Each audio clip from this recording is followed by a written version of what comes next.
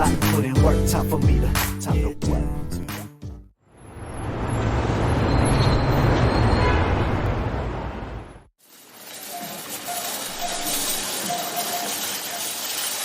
Man, that pizza was amazing. I think I need a nap. You and me both. That's why I'm just chilling right now. I'm trying not to make any sudden movements. You guys are acting like we just finished training at the den. Anyway, who's ready for the next Juice Shop challenge? I'm ready, Mr. B, sir. Let's do this. All right. To begin, let's head back over to the Juice Shop in our browser and take a look at the scoreboard. We'll start with the 0-star review challenge. The goal here is to submit a review with 0 stars and see if the system allows it. Is that even possible? Most rating systems start at 1 star. That's what we're here to find out. So let's bring up Burp Suite and see if we can find our original highlighted post request for the customer feedback section. Now, let's send this request to Repeater, then attempt to manipulate it by changing the rating to 0, before sending it back to the browser. If we can force a 0-star review through, that means there's no proper validation. And if it goes through without an error, we just found an input validation flaw. Assuming everything went according to plan, you should have received a status success response with a new rating of 0. Whoa, you're right, there it is, a review with 0 stars. Now, let's head back over to the Juice Shop in our browser and see if anything changed on that side. And congratulations, you've just completed the 0-star challenge. Now, let's double-check our results by heading over to the About Us section, where you should see the newly submitted review displaying a null rating. Awesome, that's 1 down. What are we doing next? Next up, repetitive registration. The goal here is to register a new user while following the DRY principle and test whether the system properly enforces password validation. Wait, before we start, what exactly is the DRY principle? Good question. DRY stands for Don't Repeat Yourself. It's a software development principle that encourages reducing redundancy by keeping code efficient and reusable. A well-designed system follows DRY by ensuring that logic isn't unnecessarily repeated, making maintenance easier and reducing the chance of errors. So, how does that apply to our test? In this case, we're checking if the system efficiently enforces validation when the password and repeat password fields don't match. If the system is well designed, it should catch this issue immediately and reject the request without relying on redundant checks. Got it. So what's our plan? We'll use Burp Suite's repeater to manually send a registration request with mismatched password and repeat password fields. This will help us observe how the app handles validation. If the validation is working correctly, the system should reject the request and return an error. All right, sounds simple enough. Let's see if the system catches it. Okay then, let's head over to Burp Suite and locate the original post request for the API user's endpoint that we highlighted during information gathering. Once we've identified it, we'll send it to Repeater for testing. Now, locate the email, password, and password repeat fields in the request. Enter a new email address and modify the password fields so they don't match. Done. I've entered a new email and changed the passwords to be different. Perfect.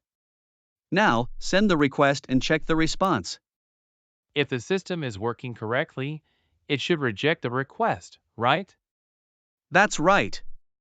If it lets the registration go through despite mismatched passwords, then we've found a validation flaw. All right, moment of truth. Let's see what happens. Whoa, it looks like Burp Suite was able to send the request through successfully. The response shows a new account was created. Wait, does that mean the system actually accepted mismatched passwords? If it didn't return an error, then we just found a validation flaw, right? Exactly. A properly designed system should have rejected the request outright. Since it went through, that means there's a lack of proper input validation on the password fields.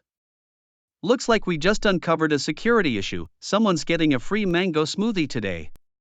Let's head back over to the Juice Shop and see if anything changed on that end.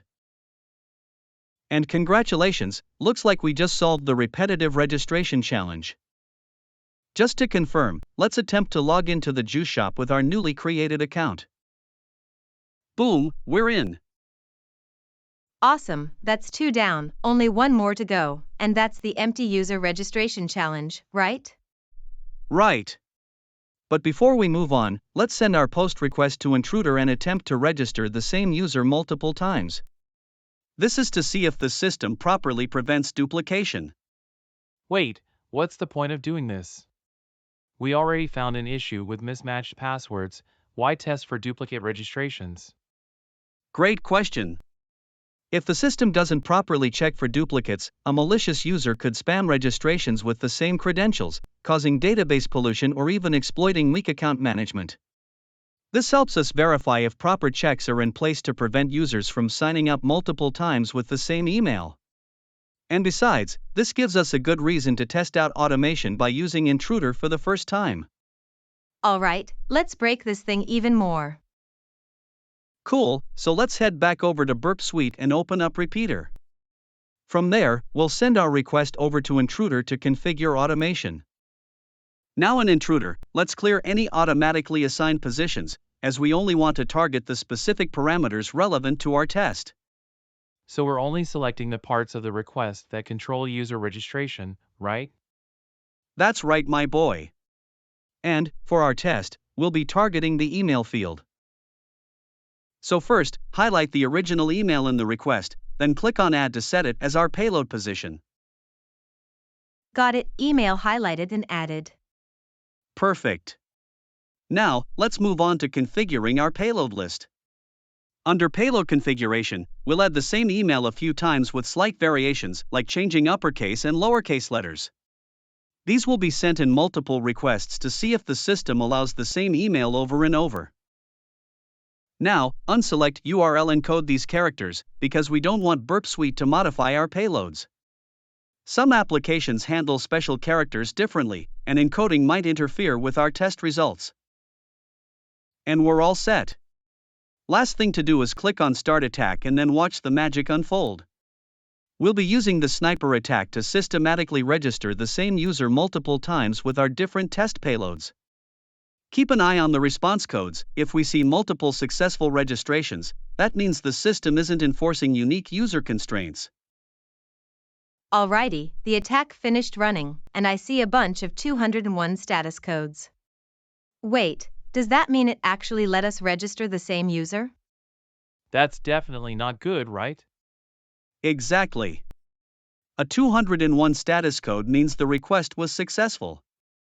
If we're getting that for multiple identical registrations, the system is not preventing the same user from signing up repeatedly. That's a pretty big flaw. Imagine someone spamming the system with duplicate accounts. You're right, it's a pretty big flaw. This confirms that the app isn't properly handling duplicate user registrations. Congrats, looks like we just uncovered another vulnerability using dry principles. Wow, what a relief! We finally broke the system enough times. Can we please move on to Challenge 3 now? Okay, fine, but you don't have to be such a poopy pants. Last up, empty user registration. The goal here is to test how the system handles user signups when required fields are left blank. Wait, you mean we're just submitting an empty form? That seems too easy. Yeah, shouldn't the system automatically block that? You'd think so, but we don't assume anything in security testing. Our job is to confirm whether the app has proper validation in place. Oh great, so we're about to break the sign-up page again? That's the plan. Only this time we'll be using Intercept to perform the test. So instead of just sending a request through Repeater, we'll catch it in real time while the form is being submitted? Exactly. We'll intercept the request before it reaches the server and manually strip out the email and password values. That way, we can see if the system properly rejects an empty submission. Also, for this test, we'll bring up Burp Suite and the Juice Shop side by side so we can view the intercepted requests and see the browser's behavior at the same time. Oh, fantastic. More things to break. Let's just get this over with. Come on, you know you love this. Okay, so let's bring up Burp Suite and the Juice Shop side by side. Now, in Burp Suite, head over to the Proxy tool, then click on the Intercept tab. And now, let's bring up a login session in the Juice Shop and begin the process of registering a new user. After you're done filling out all the registration details, head back over to Burp Suite and turn Intercept on. This will capture the request before it reaches the server, allowing us to modify it before sending it through. And now, finalize the registration process by clicking Register in the browser. If everything worked as expected, you should see Burp Suite begin intercepting the traffic. We're looking for the post request that handles user registration. Once we find it, we'll modify the request by removing the email address and password fields to test how the system handles empty fields. Okay, I removed the email address and both passwords. What's next? Awesome, now just forward the modified request to the server and let's see how it responds. Hey, that's coolio. Look at that, we solved the empty user registration challenge. Nice work, team. We've successfully uncovered all three major issues: mismatched passwords being accepted, duplicate registrations not being blocked, and the system allowing empty payloads. These kinds of flaws could lead to spam accounts, security breaches, and major data integrity issues. But more importantly, we just got some solid hands-on experience with Burp Suite's Repeater, Intruder, and Intercept tools. Now that we've wrapped this up, let's make some smoothies and prep for the next challenge. Oh, wait. What the? I almost forgot, there's one more challenge for us to tackle. This time, we're going to attempt to add a new user with admin rights. Are you serious? We just finished all that testing, and now you want us to break something else? Can't we just enjoy the victory for a second? Would you stop complaining already? We're almost done. Okay, Junior. What's the plan this time?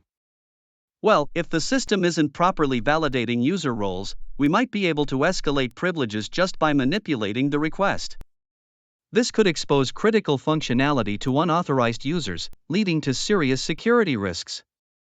Let's craft a modified registration request and see if we can sneak in admin privileges. Time to put our Burp Suite skills to the test. So one last time, let's bring up Burp Suite and Juice Shop side by side and see if we can catch something cool. We'll start by registering a new user in the browser, but instead of letting the request go through, we'll catch it in Burp Suite with Intercept. Just like in the empty registration challenge, this will give us the chance to modify the registration data before it's even processed by the server. Now, from Burp Suite, let's take a look at the post request details. At first glance, you'll notice there's nothing referencing roles. But instead of removing details, let's try adding something and see if the app will accept it. Let's add a new line called role and assign it admin privileges. When we're done, we'll forward this onto the browser and see what happens. And of course this worked. Why else would you have made us do this? Man, the Juice Shop really is the best place for hacking sessions. I can't wait to see what's coming up next. Well, next up, we'll be focusing on SQL injection and attempting to complete the Login Admin, Login Bender, and Christmas Special challenges. Oh great, so now we're breaking into accounts? Sounds totally legal. Hey, it's ethical hacking. We're just testing security, and maybe having a little fun along the way. That's right.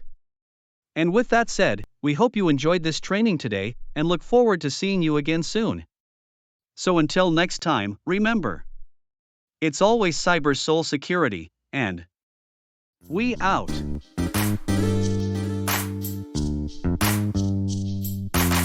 to clap, put in work, time for me to work.